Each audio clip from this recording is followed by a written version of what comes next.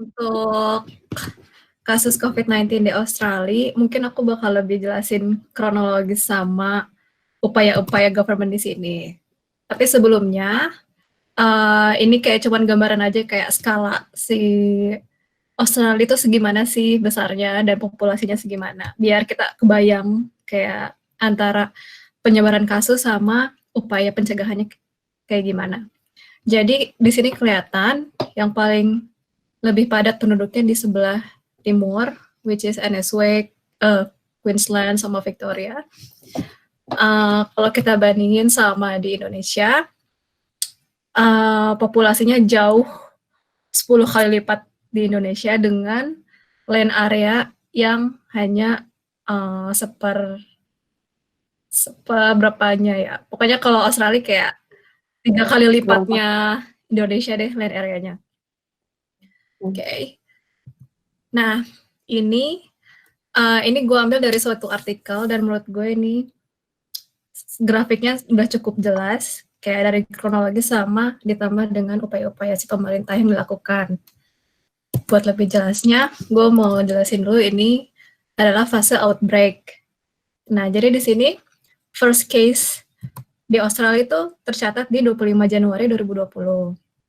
Itu kasus dari orang yang baru pulang dari Wuhan.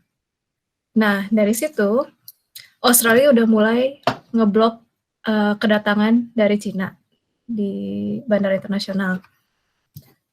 Nah, jadi selama dari Januari sampai Februari akhir, pemerintah Australia melakukan investigasi dan karantina, tapi hanya untuk pendatang dari Cina saja.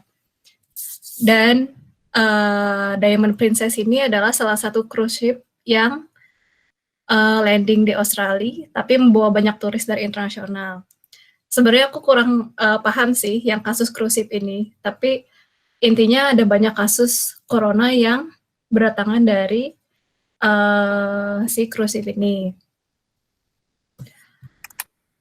Lalu di akhir masa outbreak ini, pemerintah Australia mengeluarkan yang namanya guideline Australian Health Sector Emergency Response Plan for Novel Coronavirus. Nah, ini tuh apa? Ini tuh adalah guidelines agar antara pemerintah pusat sama pemerintah lokal itu saling berkoordinasi, terutama untuk mencegah penyebaran si virus corona ini. Jadi dia tuh kayak mengedukasi masyarakat apa sih coronavirus itu, terus apa yang bisa kita lakukan buat berkontribusi sama respon-respon pemerintah terhadap si kasus ini. Nah, setelah si outbreak itu terjadi, fase outbreak itu terjadi, kemudian lanjut ke fase lockdown. Nah, awalnya sih saya itu kayak masih tenang-tenang aja di saat kasus corona sudah mulai merebak di negara lain. Tapi Australia mulai panik saat adanya first death by COVID ini di 1 Maret. Dan dia adalah salah satu penumpang dari cruise ship Diamond Princess tadi. Nah, di saat yang bersamaan juga ada kasus baru dari pendatang dari Iran. Makanya di sini semua kedatangan dari Iran semuanya diblok. Dan saat itu di Irannya sendiri terdapat 385 kasus.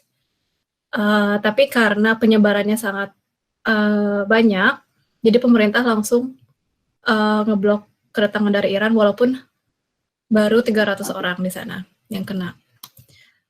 Nah, baru gak lama kemudian pemerintah Australia juga ngeblok semua arrivals dari South Korea karena sebenarnya bukan karena ada kasus yang bersumber dari orang yang baru pulang dari South Korea, tapi karena mungkin merespon dari kasus Korea yang tiba-tiba melonjak parah saat itu.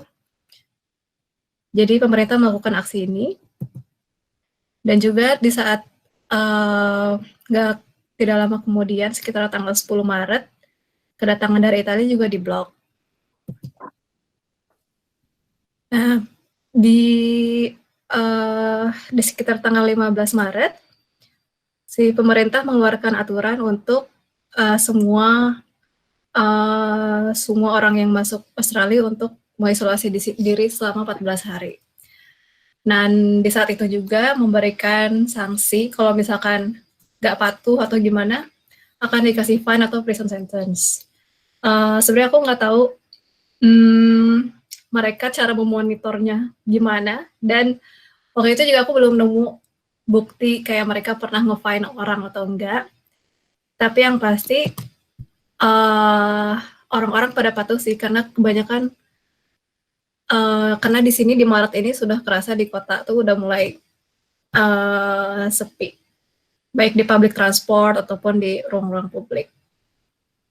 Terus karena angka si coronavirus ini terus meningkat, akhirnya Australia closing borders di 19 Maret.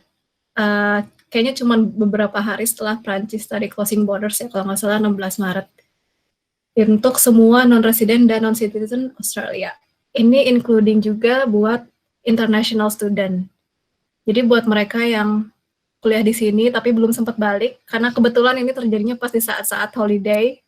Jadi ya udah mereka stuck, nggak bisa balik ke sini, jadi mereka cuma lanjutin kuliah secara online. Nah, barulah di sini mulai kepanikan mulai terasa di internal Australia sendiri.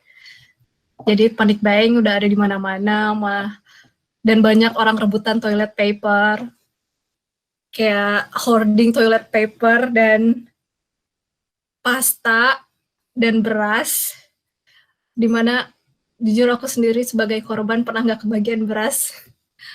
Oh, wow. Tapi nggak apa-apa. Akhirnya makan ayam goreng kuning pakai kentang goreng.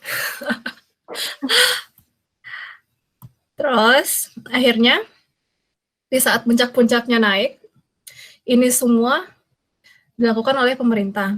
Benar-benar awalnya emang pemerintah ngasih aturannya kayak masih dikit-dikit, kayak misalnya outdoor gatherings masih 500 orang boleh, self isolation. Tapi karena ngeliat ini meningkat tajam di sini, akhirnya semuanya dikeluarin semua di saat yang bersamaan. Kayak traveling overseas nggak boleh, pubs and clubs closed, restoran semuanya harus take away only, sampai akhirnya public gatherings hanya boleh 2 orang aja. Nah, tapi itu semua selama si restriction itu diberlakukan, si pemerintah juga melakukan banyak banyak testing corona, walaupun itu cuman untuk Australian, lebih ke Australian aja satu, sama ke orang-orang yang udah punya simptom yang parah atau yang jelas. Soalnya jujur aku juga udah pernah nyoba ngajuin bisa nggak ikut tes, gak bisa unless kamu benar-benar punya simptom yang parah. Terus apa sih yang pemerintah kasih biar si orang-orang tuh pada nurut, karena aturan-aturannya jujur sangat drastis dan emang kerasa banget sih, yang awalnya bisa kerja tiap hari akhirnya gak ada apa-apa. Ya banyak orang yang kehilangan pekerjaan dan lain-lain. Jadi di sini pemerintah ngasih insentif ekonomi sebesar 17,6 billion dolar Australia. Itu bisa buat dibalikin ke masyarakatnya langsung. Kalau nggak salah seorangnya bisa dapat $800 untuk healthcare masing-masing. Terus ada tax easement, jadi kayak peringanan dalam membayar pajak. Terus juga buat para pemilik small business dikasih jaminan $10.000 untuk keberlangsungan bisnis mereka saat si COVID-19 ini selesai. Terus ada subsidi juga buat para pekerja yang baik yang masih bekerja atau yang sudah di PHK sebesar $1.500 per 2 minggu untuk 6 bulan mulai dari 30 Maret kemarin. Terus ada juga pinjaman sama akses ke superannuation. Superannuation tuh kayak BPJS Ketenagakerjaan. Kan misalnya kalian semua pada kerja pasti punya BPJS Ketenagakerjaan kan. Tapi di sini bisa diambil sekarang. Yang harusnya bisa diambil pas udah pensiun. Terus apa juga yang bikin masyarakat patuh sama si aturan si government ini? Pasti ya udah kalau nggak fine, ditangkap dan dipenjara. Ini 2 foto yang gue tunjukin ini adalah yang benar terjadi kemarin. Yang sebelah kiri ini ada Australian yang coba maksa ingin masuk ke public beach buat olahraga atau berenang. Girls.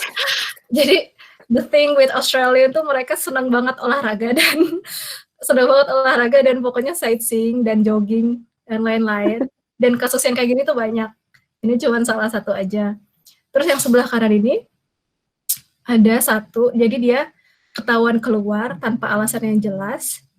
Terus dia nggak mau, ya pokoknya dia nggak mau kompromi sama polisi. Dan in the end dia spitting to the police. Terus akhirnya pemerintah mengeluarkan lagi aturan apabila spit or begitulah meludahi polisi atau siapapun bakal kena fine yang lebih tinggi lagi. Terus, dan pada akhirnya, ini adalah kondisi sekarang yang aku ambil kemarin tanggal 9 Mei. Jadi overall cases sekarang di Australia itu sekitar 6.929, yang sudah sembuh 6.135, dengan jumlah total kematian 97, which is hanya sekitar 0, berapa persen. Dengan base tes yang udah dilakukan sekitar 1.590. Jadi bisa dibilang banyak orang yang merasa, oh ini udah optimis nih, kita sudah bend the curve. Karena bisa dari sini, ini jumlah penambahan kasusnya udah mulai lurus. Tapi sebenarnya ada jadi pemerintah tuh masih takut adanya second wave. Jadi takutnya di saat kita lengah, malah naik lagi kan. Nah, oleh karena itu, terakhir si pemerintah itu ngasih beberapa step-step untuk easing the restriction. Jadi kita ini sekarang lagi ada di step ini. Ini baru aja diumumin Jumat kemarin sama PM-nya. Jadi sekarang yang asalnya nggak boleh ada tamu ke rumah, dan kemarin sempat boleh ada 2 orang, sekarang dinaikin jadi 5 orang, boleh bertamu ke rumah. Terus gathering yang kemarin cuma boleh 2 orang, sekarang dinaikin jadi 10 orang. Terus, tapi untuk pekerja yang kayak kantoran gitu, disarankan masih harus work from home until July. Terus kayak sekolah-sekolah juga udah mulai buka, playgrounds and boot camps. Terus shopping udah mulai diperbolehkan, yang kemarin kayak toko-toko baju, toko-toko tas itu pada tutup, sekarang udah boleh dibuka. Restoran and cafe, tapi masih kayak ada restriction-nya, kayak cuman berapa orang yang boleh masuk. Terus local and regional travel, oh ya ini tuh kemarin pas lockdown, baik misalnya orang Sydney mau ke Melbourne itu nggak boleh, jadi kayak harus stay di state-nya masing-masing. Mungkin kalau di Indonesia PSBB kali ya, antar kota. Terus, nah ini tuh kan dari anjuran dari pemerintah pusat. Semuanya balik lagi ke pemerintah lokalnya masing-masing. Dan buat di state Sydney, NSW, karena mereka masih precaution, jadi ini belum diberlakukan. Jadi katanya ini bakal diberlakukan hari Senin. Tapi di beberapa state ini udah diberlakukan, bahkan udah hampir semuanya di checklist sama mereka. Nah, terus di step 2 ini, sebenarnya sama kayak step 1, cuman numbernya aja double. Kayak visitornya bisa 20, gym udah boleh buka, beauty therapist boleh buka. Dan ini tuh diperkirakan bisa diberlakukan di bulan Juni. Dan yang terakhir, si step 3 ini udah hampir semuanya kembali ke normal, dan plan optimisnya sih pemerintah bilang ini bisa diberlakukan di akhir Juli. Dan setelah akhir Juli baru international travel baru bisa dibuka lagi. Tapi mengingat adanya precautions si second wave. Jadi mereka saat ini lagi melakukan guidelines apabila terjadi second wave, apa yang bakal mereka lakukan, seperti yang tadi gue jelasin. Ya, si another guidelines ini mereka nyusun sekarang, just in case si double wave itu terjadi lagi. Gitu. Oke. Terima kasih. Terima kasih.